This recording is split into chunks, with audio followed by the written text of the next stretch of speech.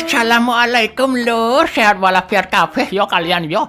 Hari ini Mbah ditemani sama Mas Toyiba Panuan full sepunggung. Katanya ada ngidul film action criminal thriller, Mas. Iya Mbah, judulnya To Catch a Killer tahun 2023. Bagus banget ini filmnya Mbah. Wah, jangan sampai di skip berarti nontonnya ya Mas ya. Gimana itu ceritanya Mas? Jadi ceritanya Mbah tentang seorang polisi baru yang dibawa oleh atasannya untuk mengusut kasus penembakan massal misterius. Hampir tidak ada petunjuk di kasus tersebut Mbah. Namun si polisi newbie melihat motif si pelaku dari sisi yang berbeda. Penasarin kan? Jadi langsung aja kita ke komenan subscriber Mas. Titip pertanyaan semelehe dari Bagus Sajiwo. Kalau pas puasa nggak sengaja wudhu kumur pakai es teh batal ya? Ya batal dong lur, gimana sih? Gimana ceritanya nggak sengaja kumur itu gimana? Sekalian aja tuh ditambahi blewas sama gorengan eh?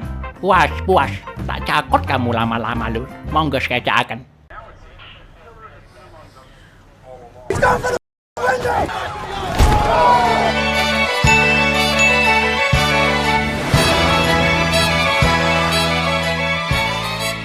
Pada malam tahun baru 2023, di kota Baltimore, Amerika, hampir semua orang merayakan malam pergantian tahun. Namun beberapa orang masih menjalankan pekerjaannya seperti biasa. Salah satunya adalah mantanku, seorang polisi yang masih newbie bernama Eleanor Falco, yang sedang merespon laporan dari seorang pemilik warkop karena ada pelanggan yang berjam-jam nongkrong dan gak mau pindah-pindah. Tapi tiba-tiba terjadi suatu insiden mengerikan yang langsung menggemparkan kota tersebut. Dan inilah untuk menangkap seorang pembunuh. Ini bagus banget lur, pastikan kalian nonton sampai akhir.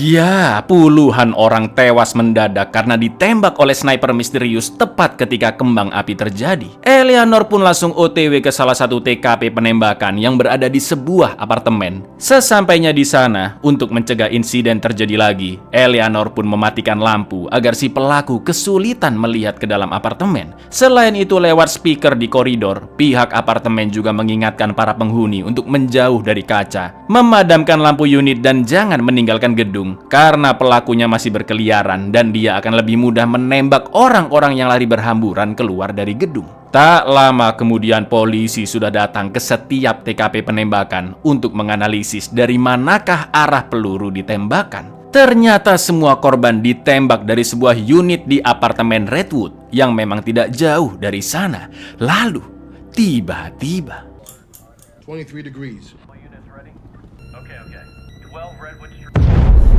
armada kepolisian pun langsung menuju apartemen Redwood di lantai 17. Sedangkan Eleanor meminta bantuan rekannya untuk merekam orang-orang yang berhamburan keluar. Karena bisa saja ledakan itu hanyalah pengalihan dan si pelaku ada di antara mereka. Pasukan SWAT dan pemadam kebakaran diterjunkan ke sana untuk meringkus si pembunuh sekaligus mengamankan TKP. Selain itu, Eleanor juga nekat ikut naik ke atas dan masuk ke unit apartemen tanpa alat bantu pernafasan sama sekali. Lalu yang terjadi. What if one of them is the shooter? Every face on video. Record.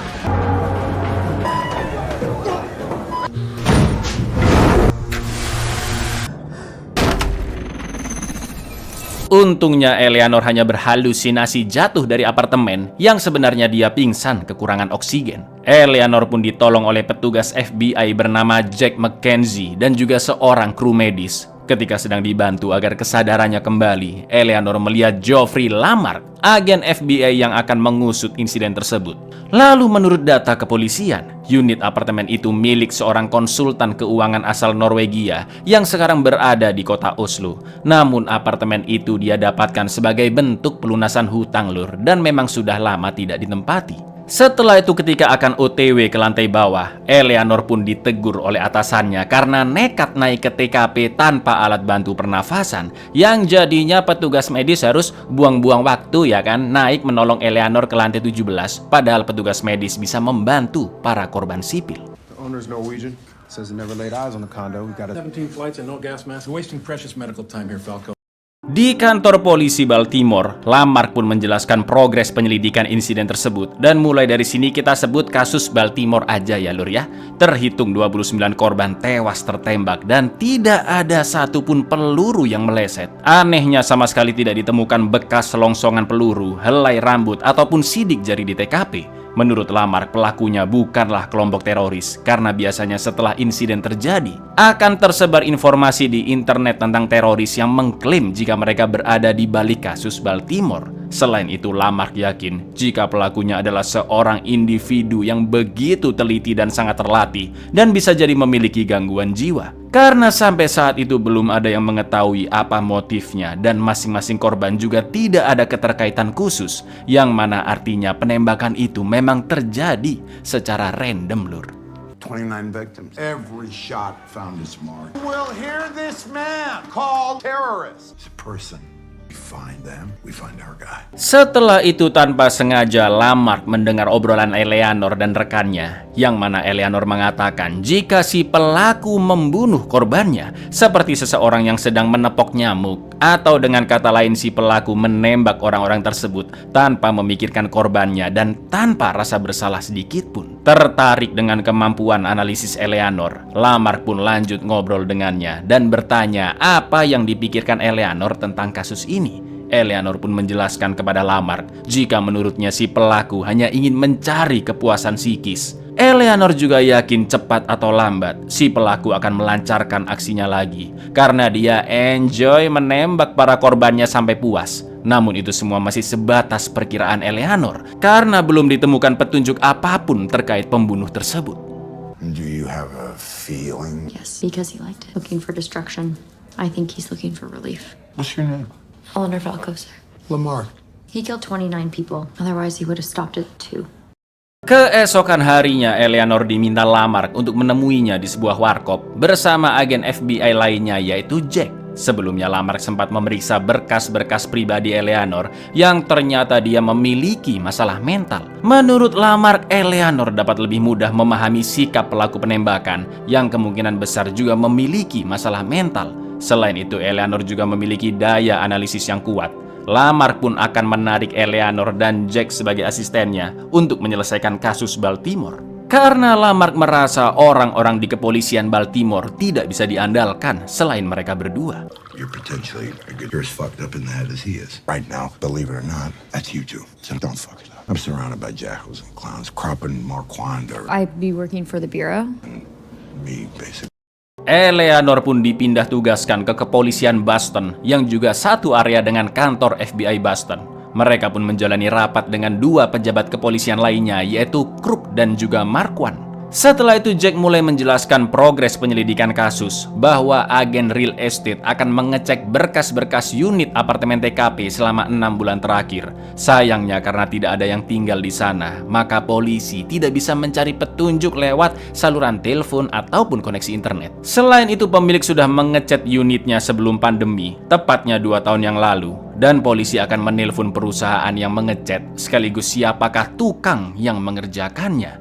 Lalu Krupp menjelaskan jika agen dari divisi lain yaitu Frank sudah menurunkan tim anti-teroris untuk membantu menyelesaikan kasus Baltimore. Namun Lamarck menolak karena segala keputusan ada di tangannya. Apalagi Lamarck yakin jika insiden tersebut tidak berkaitan dengan aksi terorisme. Setelah itu giliran Marquand yang menjabarkan laporannya bahwa si pelaku menggunakan granat M14 untuk meledakkan unit tersebut dan tim Marquand juga menemukan goresan-goresan di bawah lubang kunci. Indikasinya si pelaku ini memiliki banyak kunci unit di apartemen tersebut lur, yang mana artinya ketika menjalankan aksi pelaku ribet milih-milih kunci dulu atau ketika kunci diputar, kunci-kunci lainnya membaretkan bagian bawah lubang kunci ya kan? Sedangkan senapan yang dipakai si pelaku anehnya cukup jadul, yaitu XM21 XM21 yang dipakai tentara Amerika tahun 1970-an dan bakal susah banget mencari tahu dari mana si pelaku memiliki senapan tersebut. Lalu Jack menambahkan, biasanya angkatan darat akan memberikan senjata-senjata yang sudah tidak terpakai ke penegak hukum setempat, dikirim ke medan perang atau membongkarnya begitu saja. Mendengar itu Eleanor pun mengatakan, jika seperti artinya mereka harus mengecek divisi di Angkatan Darat yang bertugas membongkar senapan sambil memverifikasi jika senjata-senjata itu telah dihancurkan. Bisa jadi dari sana Lamarck dan timnya akan mendapatkan petunjuk siapakah pelaku dari insiden mengerikan ini. Counterterrorism or processing the... I run the opera, not Frank Graver. Ballistics has their money set on the next gun is older than the database. Also a lot of scratches under the lock. Get a bunch of keys.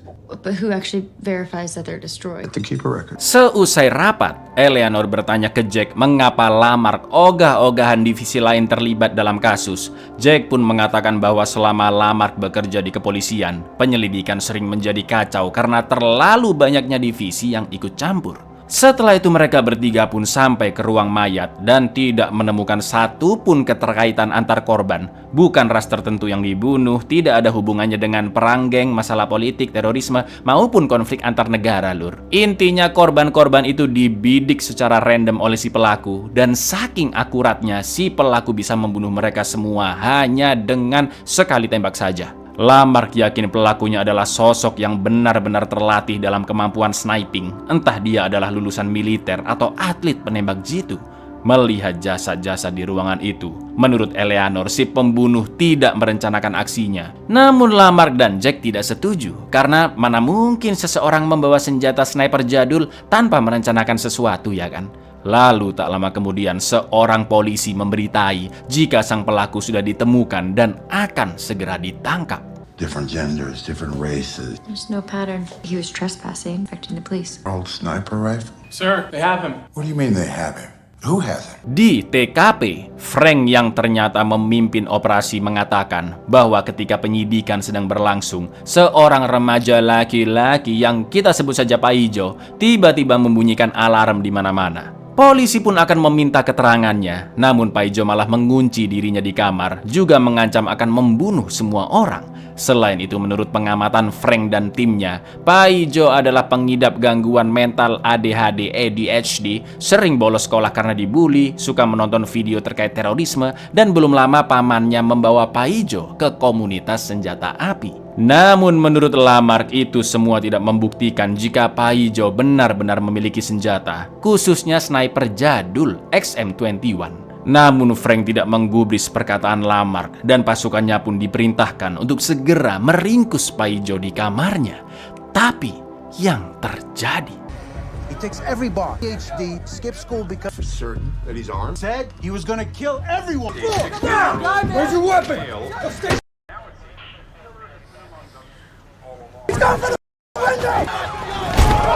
Lamarck pun geram dengan keputusan Frank, tapi Frank dan rekannya Jesse masih kekeh jika Pak Ijo adalah pelakunya karena dia sangat panik dan memutuskan bundir. Lalu Lamarck pun berkata kalau rumahnya dikepung sama polisi sampai berita di TV sudah menganggap dia pelaku pembunuhan. Remaja mana bro yang gak panik, kata Lamarck lur. Dan yang paling tololnya adalah tidak mungkin seseorang bisa jadi sniper sehebat itu hanya dengan main game tanpa pelatihan militer yang profesional, ya kan?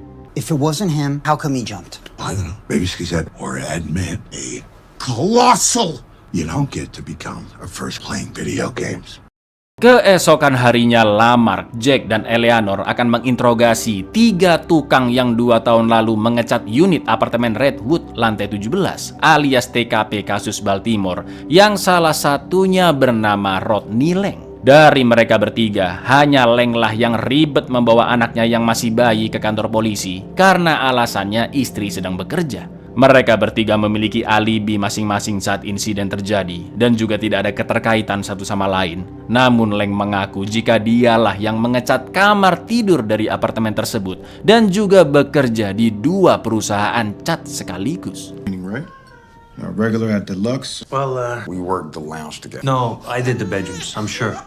Setelah proses interogasi selesai, Eleanor pun kena tegur oleh Lamarck karena membuka duluan berkas rahasia hasil penelitian intelijen FBI. Lalu Eleanor melapor bahwa menurut hasil berkas itu, bekas tinja dan urin dari toilet di TKP apartemen menunjukkan bahwa si pembunuh tidak suka makan daging atau seorang vegetarian, lur. Courier. I'm sorry, sir. I was just trying to... This is specialized. I looked it up and it's common amongst people who don't eat meat. Sepulangnya bekerja, Eleanor pun diajak makan malam oleh Lamarck dan juga temannya. Setelah temannya pulang, Lamarck mengatakan bahwa dia mendapatkan info tentang Eleanor yang ternyata pernah tidak lolos masuk FBI 8 tahun lalu. Dari hasil tes psikologisnya menunjukkan bahwa Eleanor adalah sosok yang agresif, adiktif, dan antisosial, juga menggunakan narkoboy sebagai obat penenang. Menurut psikolog yang mengujinya dahulu, Eleanor juga pernah mengalami kejadian traumatik pada usia 12 tahun. Setelah itu Lamarck bertanya, mengapa Eleanor mengambil profesi penegak hukum? Eleanor pun menjawab jika dia mencari perlindungan atas dirinya sendiri. Sambil menangis, Eleanor menunjukkan luka di tangannya yang ternyata selama ini dia sering melukai dirinya sendiri saat merasa cemas dan depresi. Melihat itu, Lamarck pun berusaha menenangkannya karena dia tidak ada maksud mengulik kondisi mental Eleanor, namun untuk mengingatkan jika apa yang Eleanor rasakan bisa dia gunakan untuk mengenal sikap dan motif para penjahat, khususnya pelaku kasus Baltimore. Karena biasanya pelaku kriminal meluapkan amarahnya ke orang lain, sedangkan orang seperti Eleanor, meski memiliki mental yang kadang tidak stabil, namun dia meluapkan amarahnya dengan menyakiti diri sendiri. Walaupun dua-duanya tetap salah ya Lur ya ini ya. Yang paling benar ya kalian berusaha mengalihkan ke hal-hal yang positif lah. Hobi kayak cari teman sefrekuensi kayak atau mentok-mentok konsultasi ke psikolog Lur. I was looking for protection from myself. I need you to use it as fuel. Bring me some. Instead of going out there and you turn it against yourself. The hatred drives our shooter isn't so different from you. Beberapa hari kemudian, di suatu mall di Baltimore, ada sesosok pria misterius, panggil saja Tukiman, yang tiba-tiba mengambil pakaian seorang pembeli saat ganti baju. Setelah itu Tukiman juga dilaporkan ke security karena terlihat membasuh badannya di wastafel, juga mengambil makanan sisa yang hanya sayur-sayuran di depan banyak orang. Dua security pun mendatangi Tukiman untuk menggeledah isi tasnya. Tapi tiba-tiba, What the hell's wrong with you, bro? You got a guy giving himself a full body wash.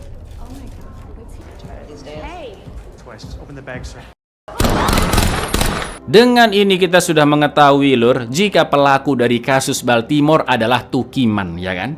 Ketika sedang menginvestigasi dari manakah Tukiman mendapatkan senjata XM21-nya, Eleanor pun terkejut setelah mendapatkan kabar jika baru saja terjadi insiden penembakan brutal di mall, yang bukan hanya menewaskan banyak orang sipil, tapi juga banyak polisi serta pasukan SWAT.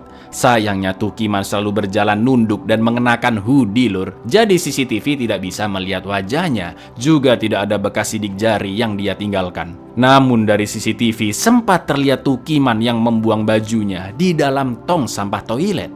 Gak pakai lama, Jack pun langsung OTW mengambilnya, karena dari baju itu laboratorium bisa mendapatkan hasil DNA untuk mengetahui identitas asli Tukiman. Reflections in window. We should be able to get a 3D printout of this.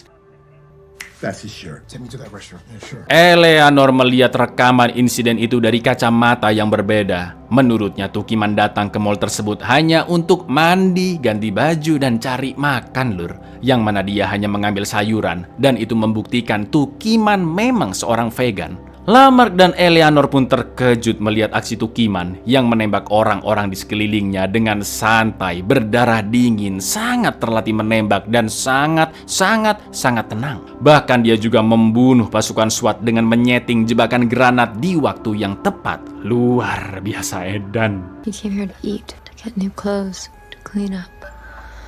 You didn't come here to kill. Cool as a Akan tetapi sayangnya sampah-sampah di TKP sudah keburu diangkat OB, termasuk baju Tukiman yang ada di toilet. Setelah itu Lamarck pun menyuruh Eleanor dan Jack pergi mencegat truk sampah dan mau nggak mau harus mencari baju Tukiman di sana.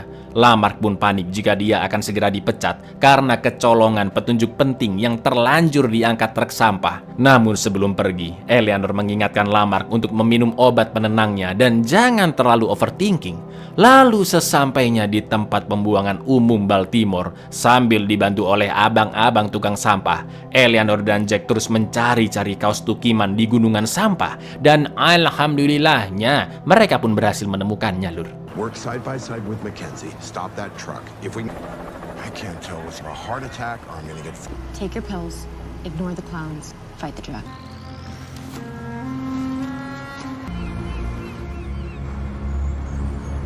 Lamar pun ditekan oleh pejabat-pejabat kepolisian lainnya termasuk Jesse karena dianggap tidak becus mengusut kasus Baltimore. Atas perintah atasannya, Lamar juga mengirim rekaman CCTV penembakan di mall ke acara TV dengan sensor agar masyarakat yang mungkin mengenal Tukiman atau pernah melihatnya bisa menelpon ke TV atau kepolisian.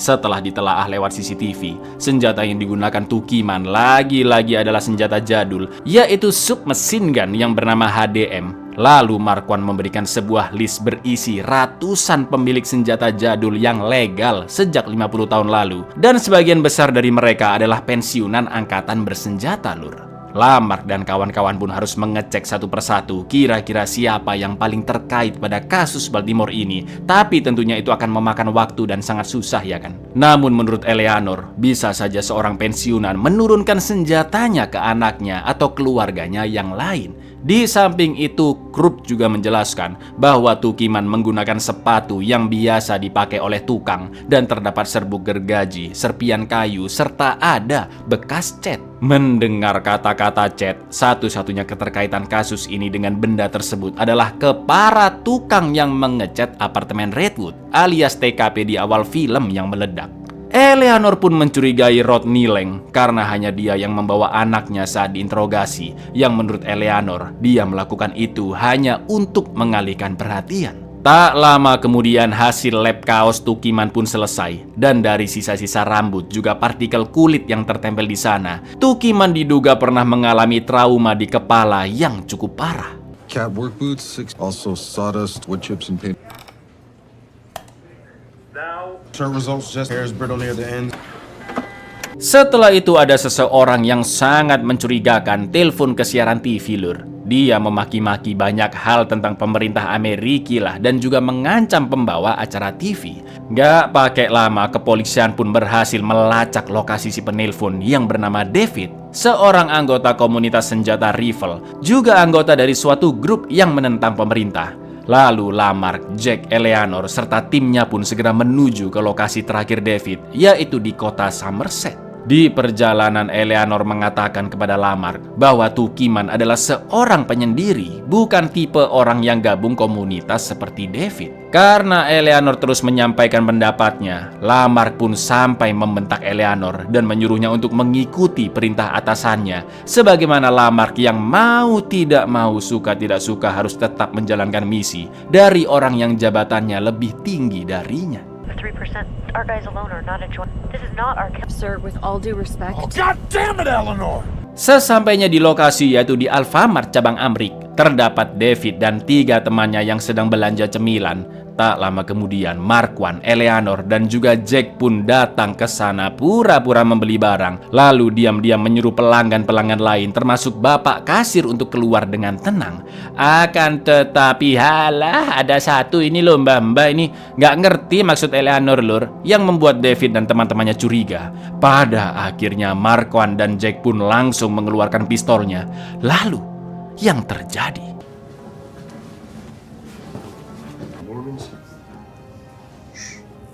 Speak up, girl. I can't hear. Come with me this way, sir. FBI! Drop your weapon! Ternyata David dan teman-temannya sengaja ngeprank telepon ke TV untuk sensasi saja, Lur. Mereka tidak bergabung ke komunitas apapun dan sok-sokan membahas hal-hal yang berat. Selain itu, dampak dari prank call tersebut ternyata sangat parah. 30 menit setelah acara berakhir, terdapat 2 remaja yang menembak mati 2 orang dan melukai 3 orang lainnya. Lalu mereka berdua pun bundir. Juga terjadi pelemparan bom molotov ke tempat ibadah Israel di Boston. Sekarang Lamar dianggap tidak kompeten karena dia mengirim rekaman CCTV mall ke stasiun TV, menyebabkan banyak masalah dan mengikuti saran dari petugas kepolisian yang pernah ditolak FBI, yaitu Eleanor. Apalagi sampai sekarang Lamarck juga belum mengetahui identitas asli pelaku kasus Baltimore. Lamarck pun memberitahu alasannya membawa Eleanor karena dia orang yang jujur, inisiatif, memiliki analisis yang bagus, dan satu-satunya petugas polisi yang berani datang ke TKP apartemen Redwood untuk mencari tahu pembunuhnya. Namun meski begitu, pada akhirnya Lamarck pun dipecat dari jabatannya. Did you give the order to share the mall footage with the Kibrit show? Do you accept responsibility for these crimes? We all know what's going on. 2 teenagers shot in Boston a Molotov cocktail. You've been a fine public servant and you fought your illness. Okay. Kejadian itu membuat Eleanor merasa depresi dan berpikir untuk kembali mengonsumsi narkoboy, juga melukai dirinya sendiri.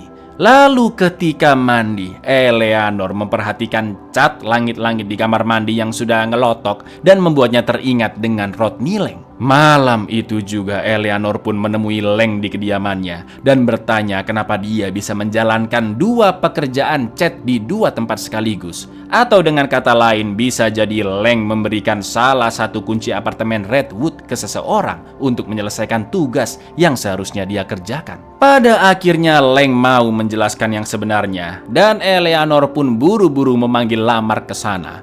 Lang mengatakan bahwa selama ini dia bisa mengambil proyek di banyak tempat karena juga mempekerjakan orang secara ilegal untuk menyelesaikan tugasnya, atau dengan kata lain outsource, ya kan Lur? Lalu Lang menceritakan jika salah satu dari mereka ada yang bekerja sangat teliti. Dia bernama Dean Posey. Pribadinya tertutup dan tidak makan daging sama sekali. Dulunya Dean bekerja di tempat pemotongan hewan bagian selatan yang membuatnya tidak menyukai daging. Dean juga sering memakai topi dan nomor HP-nya juga sudah tidak aktif selama berbulan-bulan. Jadi sampai di sini Lur, kita anggap Tukiman adalah Dean, ya kan? Tak lama kemudian, Lamarck pun menelpon seorang seniman sketsa wajah yang bisa menggambar perkiraan wajah Dean dari deskripsi yang diberikan oleh Lang. I only know him as Dean. Tall guy, always wearing a cap. He says he used to work in a slaughter. After that, never could he meet again. Lamarck dan Eleanor pun segera mendatangi 3 tempat pemotongan hewan di selatan Amerika untuk mencari Dean dengan menunjukkan fotonya ke pekerja-pekerja di sana. Sampai akhirnya di salah satu tempat pemotongan, mereka berdua akhirnya bertemu dengan seorang karyawan yang sudah bekerja cukup lama dan mengaku kenal dengan Dean. Dia menjelaskan bahwa pada tahun 1998, Dean pernah terlibat kasus pembunuhan terhadap atasannya yang sering membulinya di tempat kerja karena bentuk kepala Dean yang cukup aneh. Setelah itu mereka berdua pun OTW menuju kediaman Dean, dan menurut informasi yang didapat oleh Eleanor, Dean dibui selama 2 tahun atas pembunuhan tersebut. Lalu dia dibebaskan begitu saja atas rekomendasi dari 2 pejabat angkatan darat yang merupakan teman dekat dari ayahnya Dean, seorang instruktur menembak di angkatan. Tentunya ayah Dean menyimpan senjata jadulnya secara legal, sampai akhirnya dia pun meninggal di tahun 2003. Sementara itu menurut laporan dari penjara, Dean bersikap canggung, pandangannya selalu muram dan memiliki luka trauma di kepala karena tembakan. Yang mana itu membuatnya sangat sensitif terhadap rangsangan suara dan cahaya, juga kesulitan tidur. Selain itu Dean tidak memiliki kartu kredit, tidak ada alamat rumah, dan tidak memiliki KTP, yang mana itu membuatnya sangat sulit dilacak.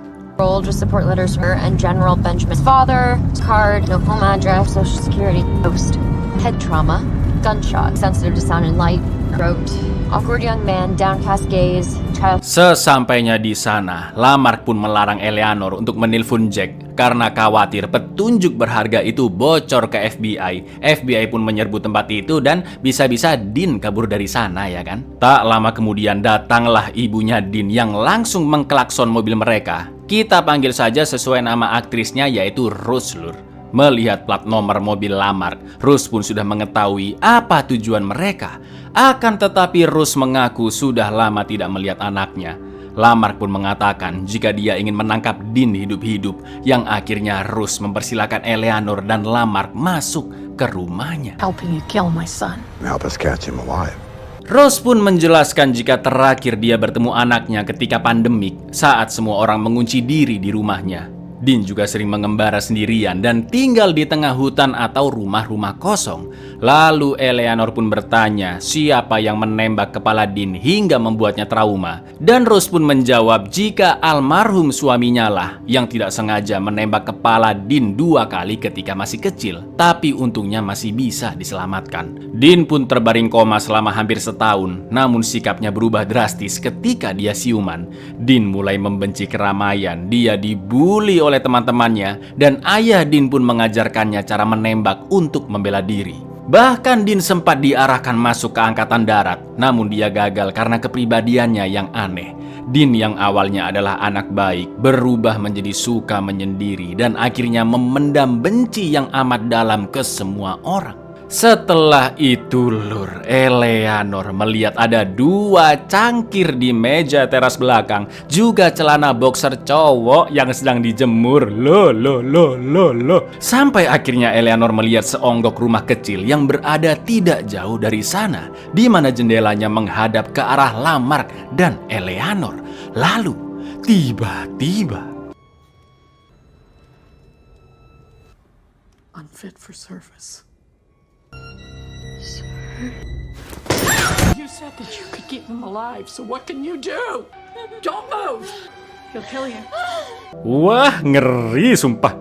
Ya, selama ini Dean masih ada di sana. Dan klakson Bu Rose tadi merupakan tanda bahaya untuk anaknya. Seketika Lamarck pun terbunuh karena dia mengeluarkan pistolnya. Lalu Rose meminta Eleanor untuk menyelamatkan Dean apapun caranya. Agar situasi aman, Eleanor menyuruh Rose untuk mengambil pistol dan telepon dari sakunya sekaligus milik Lamarck. Juga meminta Rose untuk membujuk Dean agar mau keluar dari persembunyiannya dengan tenang. Setelah itu Rose pun mendekat ke rumah Dean dan mengatakan kepada anaknya jika Eleanor akan membantunya agar tidak dijatuhi hukuman karena jelas-jelas Dean memiliki gangguan mental. Namun karena Dean tidak merespon sama sekali, Rose yang sudah begitu lelah dengan hidupnya dan merasa bersalah karena anaknya berubah menjadi monster, akhirnya nekat menembakkan pistol ke endasnya sendiri, Lur. Come get my phone. Get my gun. Get his too. She's here to help! He says she's off the case. You must surrender. Her medical history, she keep you out of jail. Go with them. Come with me. Perlahan-lahan Dean pun akhirnya keluar dari rumahnya dan menghampiri Eleanor. Apa nggak tegang Mbak Eleanor dibidik gitu terus ya kan? Kita pun diperlihatkan wujud pembunuh sebenarnya dari kasus Baltimore dan juga penembakan di mall. Dean berperawakan tinggi besar dan sikapnya begitu dingin. Eleanor pun mengaku dia diutus ke sana karena FBI yakin jika kondisi psikis Eleanor akan membuatnya lebih mudah memahami sikap Dean. Eleanor juga mengatakan jika dia tidak takut mati karena selama ini Eleanor sering membenci dirinya bahkan sampai ingin bundir. Setelah itu Dean juga menjelaskan jika dia tidak menyukai orang-orang yang merayakan tahun baru, seakan-akan mereka semua membenci keheningan dan kegelapan. Dean juga tidak menyukai berbagai aturan yang dimiliki umat manusia. Contoh paling simpelnya, Lur, seseorang yang harus bekerja untuk membeli sesuatu dengan uang. Karena Dean merasa aneh jika hal-hal di bumi bisa dimiliki oleh seorang manusia. Padahal menurut Dean, pada dasarnya manusia tidak memiliki apa-apa. Dean yang sudah merasa puas juga begitu lelah dengan kehidupan duniawi, mengatakan jika dia ingin memeluk ibunya untuk terakhir kali dan tertidur di sampingnya. Maka dari itu Dean meminta Eleanor untuk menembaknya di kepala dan membakar jasad mereka berdua. Barulah setelah itu Eleanor boleh menelpon polisi, Lur. Tapi tiba-tiba terdengar suara sirine dari kejauhan. Padahal Eleanor tidak menghubungi kepolisian, yang sepertinya mereka datang karena laporan dari warga sekitar yang mendengar suara tembakan dari kediaman Dean. Akan tetapi Dean yang mengira itu adalah ulah Eleanor langsung menghantamnya hingga pingsan. You're shouting some stupid fucks in darkness. We're enemies. Before you go, you gotta have money. They gotta know who you are. They bugger like when I was a kid. And you're gonna shoot me in the head. I think I'm stupid. Eleanor pun dibawa ke basement rumah rahasianya dan diikat di sana. Setelah itu dari jendela rumahnya, Dean pun menembak seorang polisi. Satu petugas lagi berhasil kembali ke mobil untuk melapor, tapi dia juga akhirnya ditembak. Tak lama dari laporan tadi, semakin banyak polisi yang menyerbu area tersebut. Din pun berusaha merakit bom untuk memusnahkan mereka semua, sedangkan Eleanor terus mengingatkan jika Din sangat egois, seolah-olah dirinya jauh lebih penting dibandingkan polisi-polisi tersebut yang memiliki keluarga. These people have families. Everything you hate stays the same. Eleanor pun terus memaksa Din untuk tidak meledakkan bom buatannya, karena sebelumnya Din sudah meminta Eleanor untuk membunuhnya, yang mana artinya Din sudah capek dengan hidupnya sendiri dan tidak ada gunanya membunuh orang-orang lagi di luar, karena rasa bencinya toh tidak akan pernah berkurang, lur. Namun Din hanya terdiam di depan Eleanor dan Get through this. I'm gonna give you to the count of 5. Stay with me. Make sure that you get the medication. Untie me and let me handle them. No, I'll do what's best for you. Or you have to kill. Setelah itu Din pun pergi meninggalkan basementnya dengan membawa senjata sniper XM21 miliknya. Sedangkan Eleanor akhirnya berhasil lepas dari ikatannya. Dia kabur keluar dan akhirnya ditolong oleh Jack.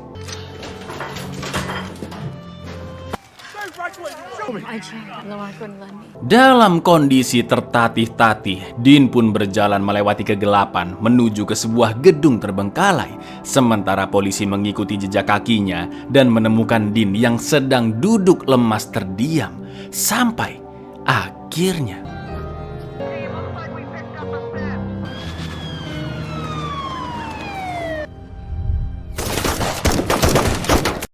setelah semua yang terjadi, Eleanor pun diberi tawaran jabatan permanen di FBI sebagai analisis intelijen. Seluruh operasi terkait penangkapan Din akan tetap dirahasiakan dan publik hanya cukup mengetahui jika kasus Baltimore dan penembakan di mall sudah ditemukan pelakunya. Kejadian di rumah Din juga akan ditutup. Catatan FBI tentang Eleanor yang pernah mengonsumsi narkoboy juga akan dihapus. Pada awalnya Eleanor menolak karena dia merasa disogok untuk tutup mulut. Sebelumnya investigasi Lamarck dan Eleanor juga sudah dianggap salah oleh atasannya dan malah terus-menerus diberi umpan yang mengacaukan penyelidikan. Seperti Frank yang mengusut kasus remaja yaitu Paijo dan ternyata bukan pelaku kasus Baltimore, juga Lamarck yang didesak terus oleh atasannya sampai terpaksa mengirim video penembakan mall ke acara TV yang malah menimbulkan banyak masalah lain hingga dipecatnya Lamarck.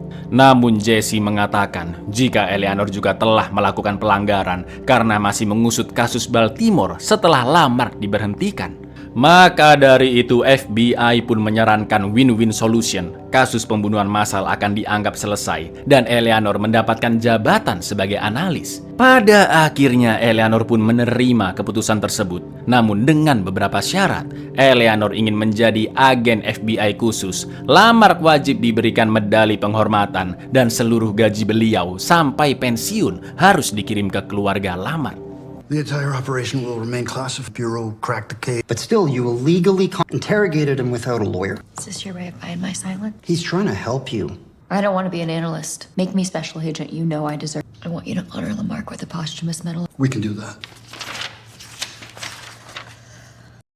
Beberapa hari kemudian, Eleanor pun memulai bekerja sebagai agen khusus di FBI. Dia pun teringat dengan kata-kata Lamarck yang menasihati Eleanor agar menyelesaikan tugasnya sebagai penegak hukum tanpa perlu memikirkan apa yang nantinya terdakwa itu alami setelah ditangkap, lur. Karena semua orang sudah memiliki porsinya masing-masing. Dan meskipun Eleanor memiliki tekad kebenaran juga kejujuran yang begitu kuat, mau tidak mau dia harus mengikuti kebijakan atasannya yang mungkin tidak sejalan dengan prinsip Eleanor. We get this guy, this all goes away. We were meant to. Buyar, ya, bagus filmnya. Ada benarnya juga cara pandang dan filosofinya Din, ya kan, lur? Kenapa manusia hidup itu serba diatur, ya kan? Kenapa manusia serba FOMO, ikut-ikutan? Kenapa manusia juga harus mengikuti sistem? Dan yang paling penting, nah ini, kenapa kalian belum subscribe sampai detik ini juga, ha? Kenapa? Assalamualaikum.